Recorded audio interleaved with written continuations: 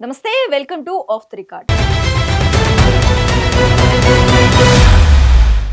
ప్రస్తుతం తెలంగాణ రాజకీయాల్లో ఎమ్మెల్సీ కవిత రాజీనామా ఎపిసోడ్ హాట్ టాపిక్ గా మారింది. ఇన్నాళ్ళు పెండింగ్ లో ఉన్న ఆ లీడర్ ఇప్పుడు నిండు సభ సాక్షిగా చర్చకు రావటం వెనుక ఉన్న అసలు మాస్టర్ ప్లాన్ ఏంటి? భావోద్వేగాల మధ్య కవిత చేసిన ఆ ప్రసంగం ఇప్పుడు మంత్రి అజారుద్దీన్ కు కొత్త దారి చూపుతోందా? నిజామాబాద్ స్థానిక సంస్థల కోటాలో ఖాళీ అయ్యే ఆ ఒక్క సీటు రాష్ట్ర కేబినెట్ సమీకరణాలను ఎలా మార్చబోతోంది?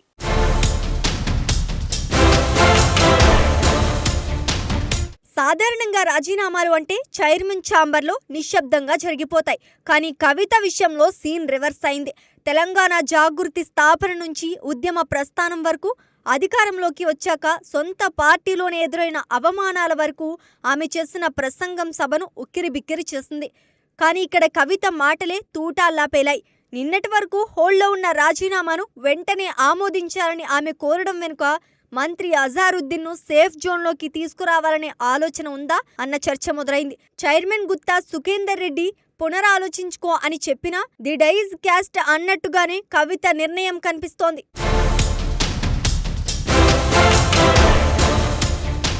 అధ్యక్ష, నేను నిజం పక్షాన ఉన్నాను అధ్యక్ష, నేను నైతికత పక్షాన ఉన్నాను అధ్యక్ష.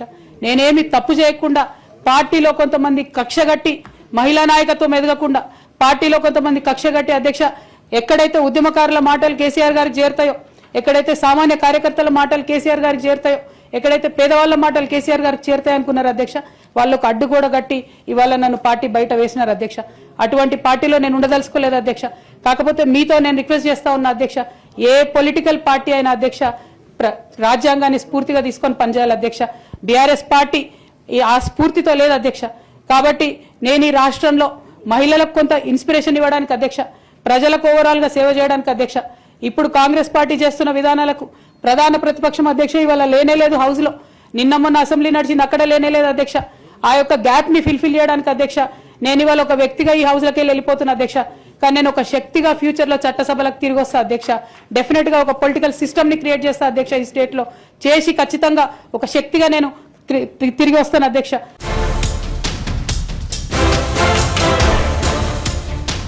ప్రస్తుతం మంత్రిగా ఉన్న అజారుద్దీన్ పరిస్థితి వాల్కింగ్ ఆన్ ఏ టైట్ రోప్ లాగా ఉంది. ఏ సభలోనూ సభ్యత్వం లేకుండా మంత్రి పదవిలో కొనసాగడం గరిష్టంగా 6 నెలలు మాత్రమే సాధ్యం. ఆ గడువు ముగిసేలోపు ఆయన ఏదో ఒక సభకు ఎన్నికవ్వాలి. గవర్నర్ కోటాలో ఆమోదం లభించకపోవటంతో ఇప్పుడు కవిత రాజీనామా చేసే నిజామాబాద్ స్థానిక సంస్థల కోటా స్థానమే అజార్కు లైఫ్ లైన్ గా మారింది. కవిత రాజీనామా ఆమోదం పొందిన వెంటనే ఆ నివేదిక కేంద్ర ఎన్నికల సంఘానికి చేరుతోంది. అక్కడ నుంచి గ్రీన్ సిగ్నల్ వస్తేనే అజార్ మంత్రి పదవి పదిలంగా ఉంటుంది. అజార్కి ఇప్పుడు కాలంతో పోటీ తప్పడం లేదు.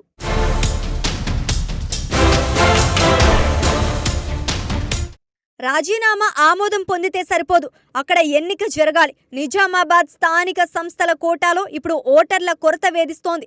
ఇటీవల పంచాయతీ ఎన్నికలు ముగిసినా మున్సిపల్, కార్పొరేషన్, ఎంపీటీసీ, జెడ్పీటీసీ ఎన్నికలు ఇంకా పూర్తి కావాల్సి ఉంది. స్థానిక సంస్థల ప్రతినిధులే ఓటర్లుగా ఉండే ఎన్నికలో పూర్తి స్థాయి కోరం లేకపోతే ఈసీ నోటిఫికేషన్ ఇవ్వడం కష్టం.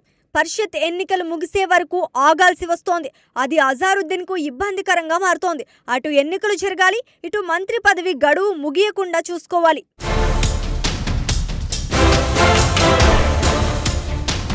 అజారుద్దీన్ ముందున్న మార్గాలు రెండే. ఒకటి, రాజ్ భవన్ లో పెండింగ్ లో ఉన్న లిస్ట్ ను గవర్నర్ ఆమోదించాలి, లేదా కవిత ఖాళీ చేసే స్థానంలో పోటీ చేసి గెలవాలి. రాజ్ భవన్ తో ఉన్న గ్యాప్ దృష్ట్యా రెండో మార్గమే బెటర్ అని ప్రభుత్వం భావిస్తోంది. అందుకే కవిత రాజీనామాను ఇప్పుడు తెరమీదికి తెచ్చినట్లు విశ్లేషకులు భావిస్తున్నారు. కానీ ఇక్కడ అదృష్టం కన్నా రాజకీయ సమీకరణాలే అజార్ భవితవ్యాన్ని నిర్ణయించబోతున్నాయి. కవిత తప్పుకోవడం ద్వారా అజార్కు లైన్ క్లియర్ చేసినట్టు కనిపిస్తున్నా లోకల్ బాడీ ఎన్నికల నిర్వహణే ఇప్పుడు అస్సలైన సవాల్.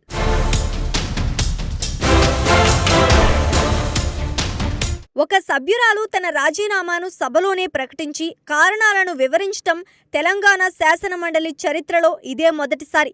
ఇది కేవలం రాజీనామా మాత్రమే కాదు, పార్టీలో తన ప్రాధాన్యతను చాటుకునే ప్రయత్నం కూడా. ఆమె కన్నీళ్లు, ఆమె ఆవేదన వెనుక పార్టీ క్యాడర్కు ఒక సందేశం పంపారనే వాదన ఉంది. అటు మంత్రి అజారుద్దీన్ కోసం తన స్థానాన్ని త్యాగం చేస్తున్నాననే సంకేతాలు ఇస్తూనే తనకు జరిగిన అవమానాలపై నిరసన వ్యక్తం చేశారు. ఇప్పుడు బంతి చైర్మన్ గుత్తా సుఖేందర్ రెడ్డి కోర్టులో ఉంది. అధ్యక్ష, ఇప్పుడు నా దగ్గరికి ఎప్పుడు పెద్దవాళ్ళు, పైరవికారులు, కాంట్రాక్టర్లు ఎవరు రాలేదు అధ్యక్ష. నేను ఎప్పుడు కూడా పేద ప్రజల మధ్యలోనే ఉండి పనిచేస్తున్నాను అధ్యక్ష. నా దగ్గరికి వచ్చినటువంటి బీడీ కార్మికులు కావచ్చు, బీడీ టేకేదారులు కావచ్చు, అంగన్వాడీ టీచర్లు కావచ్చు, ఆశా వర్కర్లు కావచ్చు, ఐకేపీ ఎంప్లాయీస్ కావచ్చు అధ్యక్ష, అదేవిధంగా జిహెచ్ఎంసీ కార్మికులు కావచ్చు అధ్యక్ష, టీచర్లు కావచ్చు అధ్యక్ష, నిరుద్యోగులు కావచ్చు, ఆడబిడ్డలు కావచ్చు, సింగరేణి ఉద్యోగులు కావచ్చు, కరెంట్ ఎంప్లాయీస్ కావచ్చు, ఎవరు వచ్చినా అధ్యక్ష నేను కాదనకుండా నాకెంత వీలైతే అంత పనిచేసి పెట్టేటటువంటి ప్రయత్నం చేసిన అధ్యక్ష. అయినా సరే అధ్యక్ష, పార్టీ మౌత్ పీసులుగా ఉండేటటువంటి పార్టీ పేపర్లు, పార్టీ ఛానళ్ళు ఏ ఒక్కరు కూడా ఎన్నడూ కూడా మద్దతు ఇవ్వలేదు అధ్యక్ష. అయినా సరే ధైర్యం వదులుకోకుండా మొక్కువని ప్రయత్నంగా నేను ప్రయత్నం చేస్తూనే వెళ్ళాను అధ్యక్ష. అధ్యక్ష, తెలంగాణ రాకముందు, బీఆర్ఎస్ ప్రభుత్వం ఏర్పడకముందు ఒక మాట అనుకున్నాం అధ్యక్ష. కేసీఆర్ గారే పదే పదే ఈ మాట చెప్పారు. ఉమ్మడి రాష్ట్రంలో మనకు కాంట్రాక్ట్ వ్యవస్థ వచ్చింది, మరి కాంట్రాక్ట్ ఎంప్లాయీస్తోని, అవుట్సోర్సింగ్ ఎంప్లాయీస్తోని దేశానికి నష్టం జరుగుతుంది, రాష్ట్రానికి నష్టం జరుగుతుంది, అందరికన్నా ఎక్కువ తెలంగాణ యువకులకు నష్టం జరుగుతుందని చెప్పారు అధ్యక్ష. ఆనాడు వారు సరదాగా ఒక మాట అనేవాళ్ళు, అందరికీ కాంట్రాక్ట్ పోస్ట్ ఉంది, మరి ముఖ్యమంత్రికి కూడా కాంట్రాక్ట్ పోస్ట్ ఉంటుందా అని చెప్పి ప్రశ్నించేవారు అధ్యక్ష. కానీ తెలంగాణ వచ్చిన తర్వాత 10 ఏళ్లలో కూడా కాంట్రాక్ట్ వ్యవస్థను మనం రద్దు చేసుకోలేకపోయినాం అధ్యక్ష. అది కాకుండా అవుట్సోర్సింగ్ ఎంప్లాయీస్, అవుట్సోర్సింగ్ వ్యవస్థను పెంచి పోసిపోయినాం అధ్యక్ష. అధ్యక్ష, బాధతో, చాలా ఆవేదనతో నేను ఈ మాటలు చెప్తా ఉన్నా అధ్యక్ష. తెలంగాణ సమాజానికి ఏదైతే ప్రశ్నించడం నేర్పించినటువంటి బీఆర్ఎస్ పార్టీ అధ్యక్ష, అంతర్గత వేదికలలో అనేక సందర్భాలలో నేను ప్రశ్నిస్తే అధ్యక్ష నా మీద కక్ష కట్టారు అధ్యక్ష. కేసీఆర్ గారు చుట్టూన్నటువంటి కొందరు వ్యక్తులు, తప్పక చెప్తున్నాను అధ్యక్ష ఈ మాట, ఎందుకంటే భారతదేశ రాజ్యాంగం ప్రకారం రాజకీయ పార్టీలు ఏవైనా కూడా ప్రజలకు ఒక దిక్సూచిగా నిలవాలి అధ్యక్ష, ప్రజలకు ఒక దారిదీపంగా నిలవాలి. పార్టీలోనే అంతర్గత ప్రజాస్వామ్యం లేకపోతే రాష్ట్రంలో ఎట్లా ప్రజాస్వామ్యం ఉంటుందనే విషయాన్ని కూడా మనందరం గమనించాలి. కాబట్టి ఈ మాట చెప్తా ఉన్నాను అధ్యక్ష. మరి కక్షగట్టి నన్ను ప్రశ్నించినందుకు పార్టీ నుండి బయటకు పంపించారని చెప్పి చెప్పక తప్పదు అధ్యక్ష. అధ్యక్ష, మొదటి సంవత్సరం నుంచే రాష్ట్ర స్థాయి నిర్ణయాలలో ఎక్కడ కూడా నా పాత్ర లేకుండా కట్టుబడి చేసినారు అధ్యక్ష.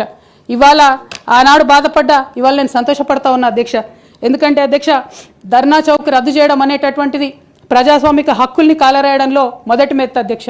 ఆనాడు ఇంటర్నల్గా ఎంత ప్రొటెస్ట్ చేసినా కూడా రాష్ట్రం వచ్చింది, ఇప్పుడు ధర్నాలు ఎందుకు, దరఖాస్తులు లేవు, ధర్నాలు లేవు, అన్ని పనులు చేసి పెడతామని చెప్పుకుంటూ వెళ్ళడం జరిగింది అధ్యక్ష. అట్లానే రైతులకు జరిగినటువంటి అక్రమ అరెస్టులు అధ్యక్ష, ఇవాళ ఒక్కొక్క దగ్గర నుంచి రైతులు మాట్లాడుతూ ఉంటే బాధ తట్టుకోలేకపోతున్నాం అధ్యక్ష. అదేవిధంగా పార్టీలో జరుగుతున్నటువంటి అవినీతి అధ్యక్ష, ప్రభుత్వంలో జరుగుతున్నటువంటి అవినీతిని ఎప్పటికప్పుడు నేను వారి దృష్టికి తీసుకెళ్లడం జరిగింది అధ్యక్ష.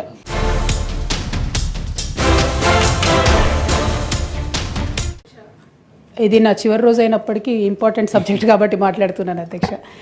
ఎందుకంటే ఈ మధ్య పేపర్లో వార్తలు చూసినాం అధ్యక్ష, ఆదివాసీ సాంప్రదాయాన్ని దెబ్బతీసే విధంగా వైదిక చిహ్నాలను కొన్నిటిని చెక్కడం జరిగిందని చెప్పారు అధ్యక్ష. దాని పట్ల చాలా ఆదివాసీ సంఘాలు కూడా అభ్యంతరాలను వ్యక్తం చేసినాయి. రెండవది, although I respect the spirit of the government అధ్యక్ష, అసలు ఈ మొత్తం సమ్మక్క సారక్క జాతర స్పిరిట్ ఏంటంటే 2 నెలలకోసారి అమ్మవారు అడవిలోంచి రావాలి, రోజు అక్కడ పూజలు చేయడం అన్నది సంస్కృతి కాదు అధ్యక్ష. ఫండమెంటలీ ఎండోమెంట్స్ టేక్ ఓవర్ చేయడం అన్నదే కరెక్ట్ కాదు అధ్యక్ష. ట్రైబల్ వెల్ఫేర్ వాళ్ళు ఈ మొత్తం ఇష్యూని కూడా టేకప్ చేస్తే ఆ గిరిజన సంస్కృతిని రెస్పెక్ట్ చేసే విధంగా ఉంటుంది అధ్యక్ష. ఎప్పుడైతే ఎండోమెంట్ వస్తుందో ఆ తర్వాత హుండీ వస్తుందో అధ్యక్ష, హుండీ వచ్చిందంటే కంప్లీట్గా వైదిక సంస్కృతి వైపు కూడా మొత్తం మారిపోయే పరిస్థితి ఉంటుంది అధ్యక్ష. అటువంటి పరిస్థితి రాకుండా దయచేసి గిరిజన ఆదివాసీ సంస్కృతులను గౌరవిస్తూ ఉండే విధంగా సౌకర్యాలు కల్పిద్దాం అధ్యక్ష. But on a permanent basis అక్కడ పెద్ద పెద్ద కన్స్ట్రక్షన్స్ రావడం, ఒకటి ఫారెస్ట్ అధ్యక్ష, 2 టోటల్ సమ్మక్క సారక్క జాతర యొక్క ఆలోచన విధానానికి సంపూర్ణంగా వ్యతిరేకం అధ్యక్ష. I just wanted to put that point across. Thank you.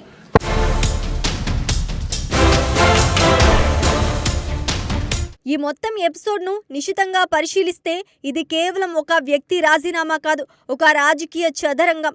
కవిత రాజీనామా ఆమోదం పొందితే నిజామాబాద్ రాజకీయాలు ఒక్కసారిగా వేడెక్కుతాయి. నిజామాబాద్ స్థానిక సంస్థల కోటాలో బీఆర్ఎస్కు ఉన్న బలం రీత్యా అజారుద్దీన్ గెలుపు నల్లేరు మీద నడకలాంటిదే. కానీ సాంకేతిక అంశాలు ఇక్కడ కీలకం.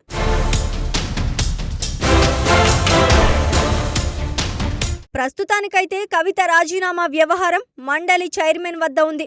పునరాలోచించుకో అన్న చైర్మన్ మాటను కవిత గౌరవిస్తారా లేక తన పంతం నెగ్గించుకుంటారా? ఒకవేళ ఆమోద ముద్ర పడితే మాత్రం అది మంత్రి అజారుద్దీన్కు పెద్ద ఊరట అని చెప్పక తప్పదు.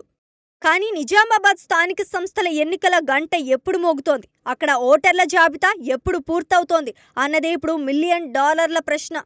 రాజకీయాల్లో ఏ క్షణమైనా ఏదైనా జరగొచ్చు, ఎందుకంటే politics is the art of the possible.